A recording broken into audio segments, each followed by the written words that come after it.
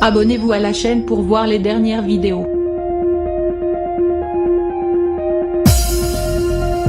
C'est un chef qui fait énormément parler de lui.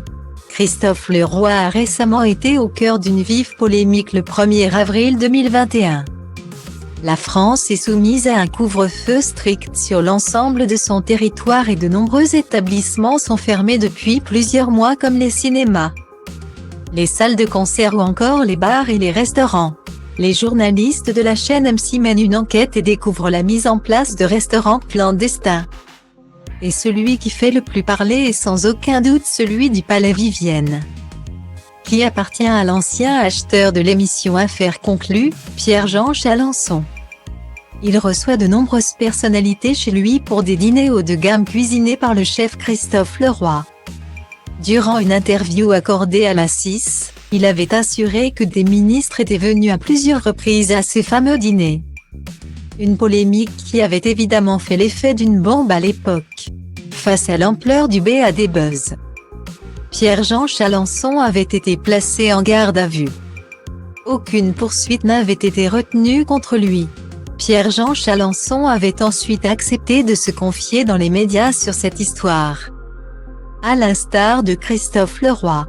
Interrogé par BFM TV le 11 avril 2021, il avait présenté ses excuses publiquement. « C'était une erreur de le faire et si je suis condamné pour cela, je ferai face. Il n'y a rien de grave mais je n'aurais pas dû le faire. Il ne s'est rien passé au Palais Vivienne mais je peux comprendre le ressenti, le palais, le caviar, le cuisinier du show business, je peux comprendre.